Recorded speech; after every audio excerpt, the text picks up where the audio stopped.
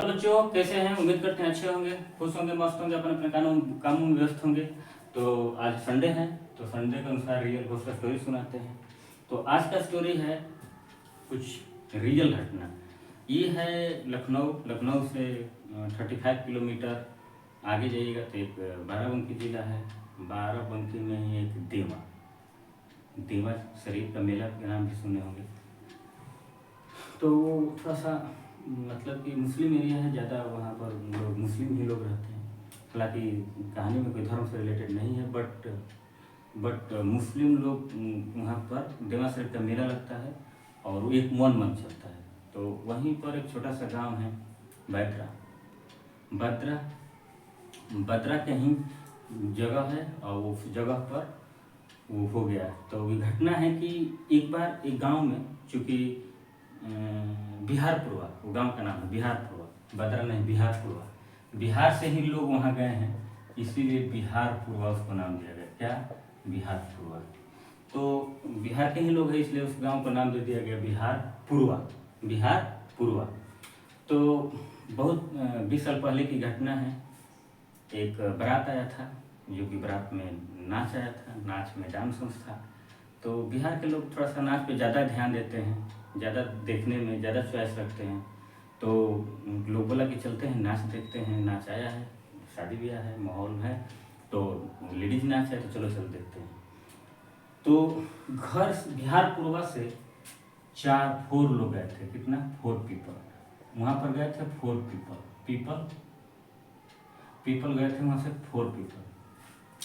रात में गए लोग, करीब करीब खाना वाना खाए, सब डांस देखना शुरू किए, नाच देखना शुरू किए। रात में जब चंदा मामा सिर पर आ गए तो उन लोग को लगा कि सुबह हो गया। चंदा मामा रात का टाइम था, लेकिन टाइम उस समय बज रहा था 12 रात का 12 बज रहा था।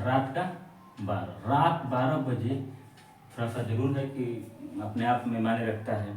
तो उन लोग को लगा, जब बाहर निकले समियाना जो गांव में आता है, तो उन्हें लगा कि चलो सुबह हो गया, चलो घर चलते हैं, ताकि घर वाले लोग बोले ना।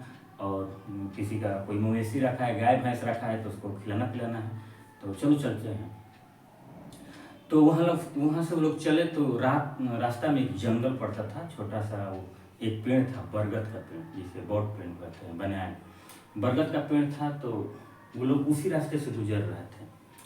तब तक वो लोग देखे कि एक आदमी है जो कि वाइट कलर का पूरा कपड़ा पहन रखा है, एकदम नीचे का धोती वाइट और शर्ट भी वाइट, पैजामा कुर्ता लेकिन उतना वो फैला हुआ था कि धोती जैसा फील होता था दूर से। तो उसी में एक रमेश जी नाम के थे। रमेश जी जो थे वो थोड़ा सा रेसलिंग करते थे, पहलवानी करते थे, शरीर से हट्टे कट्टे थे, पहलवान थे अपने समय का। तो वो आदमी उनको आवाज़ दिया कि अरे सुनो, तुम पहलवान हो ना? तो वो लगा कि कोई आदमी है, भी नाच देखने गया है, नाच देकर आ रहा है, इसका जाने पहचान का होगा, तभी मेरा नाम ले रहा है। तो बोला कि हाँ, मैं रमेश जी हूँ। और तो तुम पहलवान हो, आओ हो जाए। तो बोले कि नहीं, रात भर जगे हैं और नाच देखे हैं और घर पहुँचना जरूरी है, नहीं तो फिर मम्मी जान जाएगी कि हम नाच देखने आए हैं, पापा जान जाएंगे तो बहुत फजियत होगा, बहुत प्रॉब्लम होगा। तो बोले कि नहीं, वो रास्ता घेर लिया, कहा कि नहीं, विदाउट लड़े हुए एक बार, जब तक दंगल नहीं होगा हम तुमको छोड़ेंगे नहीं। तो जिद पकड़ लिया। तो वो समझ रहे थे कि नॉर्मल ही आदमी है। तो फिर बोले कि चलिए देखते हैं एक बार। तो वो भी रेडी, रमेश जी भी रेडी हो गए, पूरा अपना तैयार होकर के। जब दंगल हुआ तो रमेश जी हट्टे कट्टे थे। वो एक आत्मा था, तो उसने उठा के पटक दी। जब वो जिम ही पटके तो वो खड़े हो गए और बोले कि सुनो, मैं हूँ जिन। जिन क्या होता है? पहला बात, जिन होता है, उनको कहते हैं जिन, जो मुस्लिम संप्रदाय में जो लोग कब्रिस्तान में ले जाके दफनाते हैं, तो उनको हम लोग में भूत बोला जाता है हिंदुओं में, लेकिन मुस्लिम संप्रदाय में उनको जिन बोला जाता है।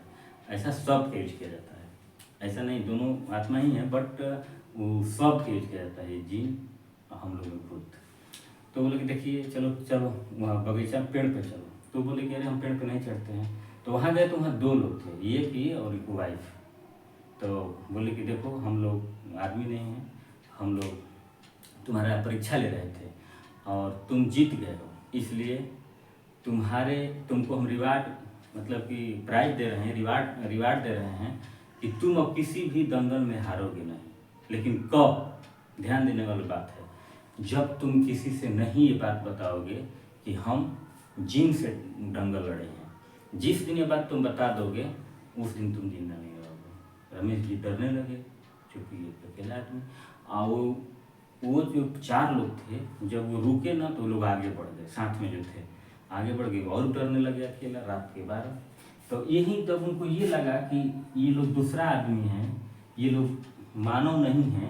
तो लोग टाइम पूछे कि कितना टाइम हो रहा है, बोल रहे थे अभी 12:30, 12:30 हो रहा है। आधा घंटा में लोग आ गया था 12:30। जब ये टाइम का जब अंदाजा मिला तो और ये लोग वो करने लगे। रमेश जी और डरने लगे। रमेश जी के तो हवा गुम हो गई और पूरा डरने लगे।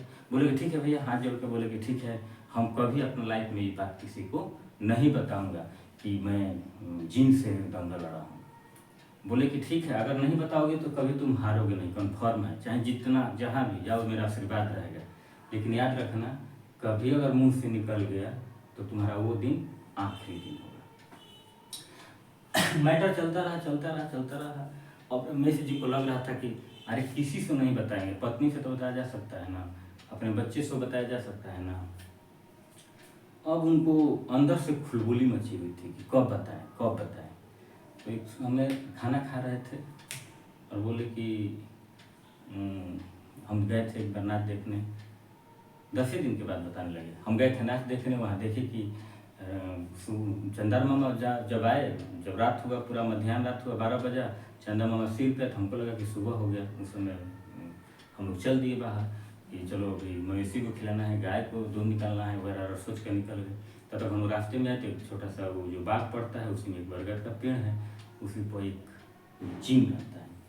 तो हमको रास्ता रोका तो मैंने उनसे टकरा गया, दंगल लड़ गया और मैं उनको जिन को पटक दिया। जिन ही बात बताए उस समय कुछ नहीं हुआ, उनको उस समय कुछ नहीं हुआ। लेकिन हुआ क्या कि दूसरे दिन खाना खा रहे थे ना, तो उनको लग रहा था कि हम खा रहे हैं खाना, बट वो कहीं जा रहा है।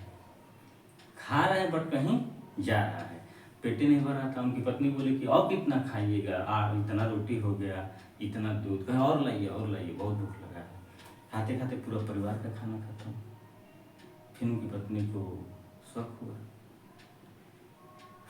हुआ तो कहें कि तबीयत ठीक है, खाना तो खाते थे लेकिन अभी इतना खाने लगे, क्या प्रॉब्लम है।